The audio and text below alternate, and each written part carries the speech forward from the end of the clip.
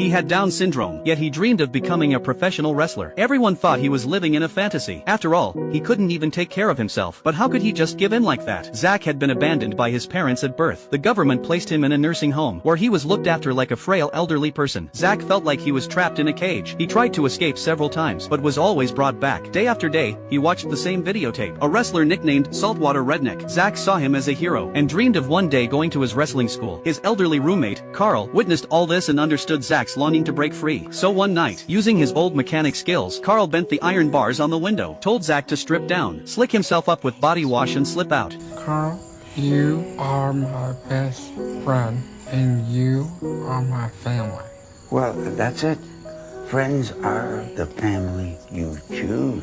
Those words became Zach's guiding belief from then on. He escaped through the window and disappeared naked into the night beyond the nursing home. From night until daybreak, Zach made his way to a small harbor. After spotting a few unfriendly-looking men, he quickly hid under a tarp on a rundown fishing boat. The boat's owner was Tyler. He used to make a living fishing with his older brother, but after his brother died in an accident, their fishing territory and license were taken by their rival, Duncan. Still, Tyler kept going back to retrieve the crab pots he and his brother had set, and that kept the conflict simmering. This time, things got physical, fueled by rage and humiliation. Tyler set fire to Duncan's gear. When Duncan's men spotted him, he sped off, and Zach, still hidden under the tarp, was carried out of the harbor along with him. Using his knowledge of the waters, Tyler managed to lose his pursuers, and discovered Zach under the tarp. But he was too busy packing his things, and preparing to abandon the boat to flee, to pay much attention to this seemingly harmless stowaway. Zach didn't know where to go, so he just followed Tyler. He chattered non-stop, telling Tyler all about his plan to go to wrestling school. When Tyler found out Zach couldn't swim, he softened and took him to dry land before parting ways. Zach could feel Tyler's kindness, and wanted to be friends with him, but Tyler declined. He was heading to Florida to start a new life, and had no time to make friends. His original plan was to hitchhike along the main road, but he overheard from a driver that the fire he'd started had spread out of control, and burned down the entire dock. Now many people were looking for the arsonist, and roadblocks had already been set up. With no way out, Tyler made an excuse to get out of the car, and decided to take the water route instead. He went back to where he'd left Zach, only to see him being bullied by local kids. They knew he couldn't swim, and were forcing him into deep water. Hey! Jump, retard! You're not just saying this. Tyler saved he from drowning, and learned that the wrestling school Zach was heading to was along his own route, so he decided to take Zach with him. Meanwhile, after Zach's escape, the nursing home couldn't just ignore it, but they didn't want to involve the police, so they sent Zach's caregiver, Eleanor, to find him. Eleanor studied the videotape Zach always watched, and guessed where he was headed. She set off in her car, asking for information along the way. At the same time, Tyler's enemy Duncan and his men were also searching for him, with pursuers behind them and no vehicle. The two were traveling entirely on foot. Naive Zach didn't even grasp their situation. He kept calling Tyler's name, saying he was a little tired, which infuriated Tyler. Finish what you got to say. I want you to know about me. I am a Down syndrome person. I don't really give a shit.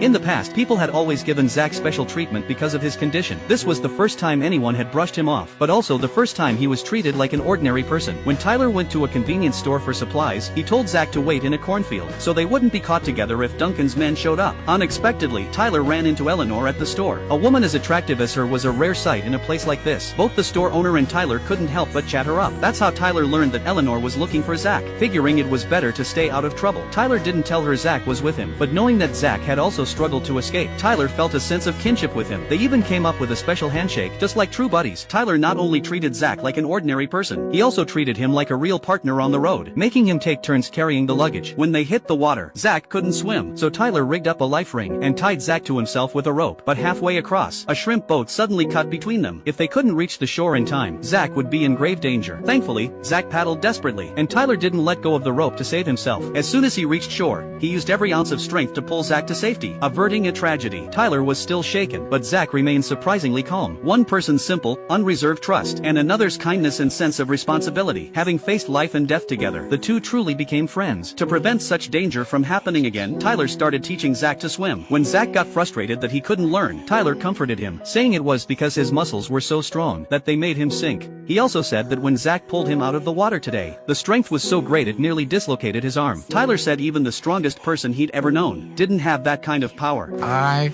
want to be professional wrestler. I am a bad guy. Why do you want me to be a bad guy? Because my family left me.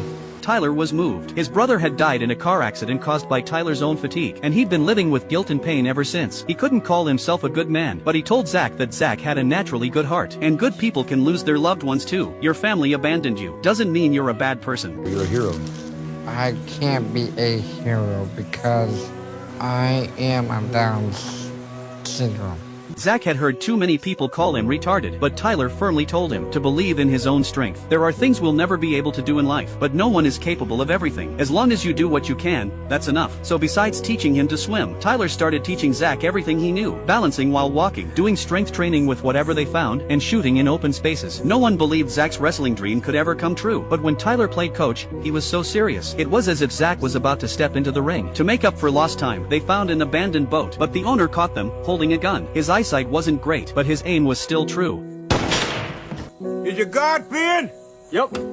The old man turned out to be a devout preacher. He said anyone who professed faith was someone he could bless. So he let them take things from his backyard to build their boat, on the condition that they receive his baptism. In that murky river water, the old man led them under and brought them back up, using a handful of water to wash away all their past. And then he told them, today is the first day of the rest of your lives. Now, under the shelter of God's grace, you will be unstoppable. Tyler only said he believed to get the old man off their back, but the preacher's words still brought some comfort to his heart, as if someone had said his brother had forgiven him, as if no matter what he'd done, he now had a chance to start over. Zach could feel Tyler's heavy sorrow, and on the wooden raft under the setting sun, Zach comforted, saying he would give Tyler all of his birthday wishes. That was his most precious and only possession. Tyler laughed at the simple, almost childlike words, but as he laughed, tears suddenly poured down his face. He had lost the brother who had always loved and protected him, but now he had a new brother to warm his heart. On this journey, it was Zach, the one who seemed most in need of care, who ended up healing Tyler. By the campfire that night, the two drank the wine the store owner had given them, ate peanut butter, and solemnly came up with a wrestler name, the Peanut Butter Falcon. The name was ridiculous, but it held their friendship and their dream. The next day, following the old preacher's lead, Eleanor finally found Zach. She recognized Tyler as the man from the convenience store, and was instantly wary of him.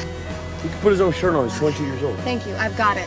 Both cared about Zach, but now they clashed over how best to care for him. Eleanor wanted to take Zach back to the nursing home. Tyler wanted to take him to wrestling school to chase his dream. As they argued, Zach tossed Eleanor's car keys into the water, and so, Eleanor was forced to join them on the raft. She stayed tense the whole time, worried about Zach's safety, constantly telling him to sit down. Even though Zach wasn't hungry, Eleanor, afraid he might get low blood sugar, kept urging him to eat. Tyler interrupted her overbearing care, but couldn't say why in front of Zach, so under the guise of training, he ignored Eleanor's protests, and made Zach put his head underwater to practice holding his breath. Then he told Eleanor not to treat Zach like he was mentally deficient. So you might not be saying the word retard, alright, I'll give you that, but you damn sure is making him feel retarded. That ain't gonna help his life. Eleanor felt stung. Not long enough, Zach, do it again. She defended herself, saying she'd been a caregiver for 2 years. Her profession had made her express care through meticulous attention. Maybe Zach shouldn't be locked up in a nursing home, but that wasn't her decision. All she could do was care for him the best she knew how. But Tyler's words did make her reflect. Pity and discrimination were ultimately the same. They both treated someone as incapable. True respect meant believing in them and being by their side. Just then, Zach, who had been holding his breath underwater, caught a fish with his bare hands, as if giving them the answer to their debate. He had the ability to learn and do many things. During this forced journey together, Eleanor gradually came to embrace this equal, rounded way of relating. At first, Tyler thought he and Eleanor were from two different worlds, but when he learned she'd been widowed young and lived alone, he understood why she'd chosen to work at a nursing home, to fill an inner void and find value and comfort in caring for others. They had both lost someone they loved, and that gave their worlds a point of connection. The three of them chatted, played, and felt like a family. For a moment, Tyler even forgot he was on the run. But then Duncan's men found their way to the shore. In the middle of the night, Tyler woke to the glow of fire. He ran outside to find the raft ablaze. As he rushed toward it, Duncan and his men ambushed him. Tyler promised that he would compensate for the losses. But Duncan, to maintain his reputation, decided to make an example of him by crippling one of Tyler's hands. Just at that critical moment, Zach charged out with a gun. His fierce stance was so intimidating that Duncan's men could only hurl threats and retreat. Tyler and the others quickened their pace. When they finally reached the town where the wrestling school was supposed to be, Eleanor called the nursing home to report. The director said Zach was a flight risk and would be sent to another facility, one full of patients struggling with drug addiction. Eleanor tried her best to convince the director otherwise, but it was no use. Even more disheartening, Zach's idol had long since retired, and the wrestling school had closed 10 years ago. Tyler didn't want to break this heartbreaking truth to Zach, so he lied and said Saltwater Redneck wasn't a real person. But Zach was convinced the videotape was real, and he insisted on continuing the search. We can't, Zach.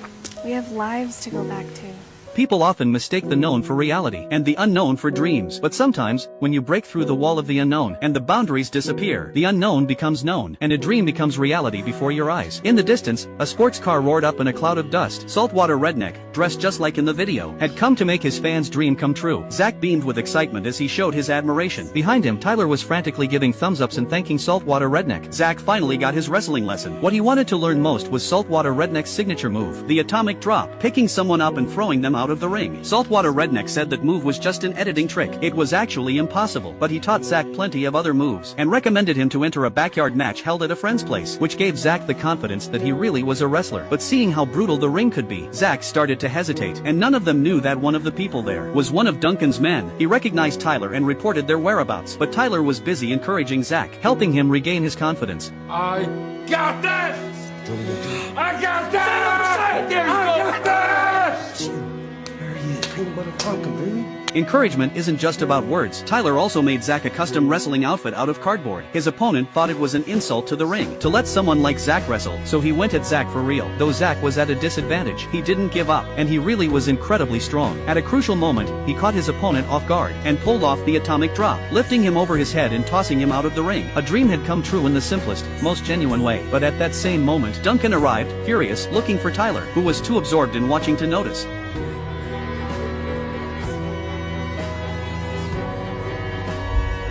A metal pipe struck Tyler's head, and he was rushed to the emergency room. The situation was dangerous. In the end of the story, as Eleanor saw that they were nearing Florida, she woke Zach, who'd fallen asleep in the passenger seat, and Zach turned around and woke Tyler in the back. He'd been saved from the brink of death, and the feud with Duncan was finally settled. Eleanor had realized her feelings for Tyler. She decided to follow him to Florida to start a new life, and took Zach along with them, instead of sending him to the other facility, just as Zach had said. We could be a family. The definition of family isn't limited to blood. It can also be the friends you choose, and the value of life isn't about being perfect. It's about bearing your scars and still having the courage to embrace the world.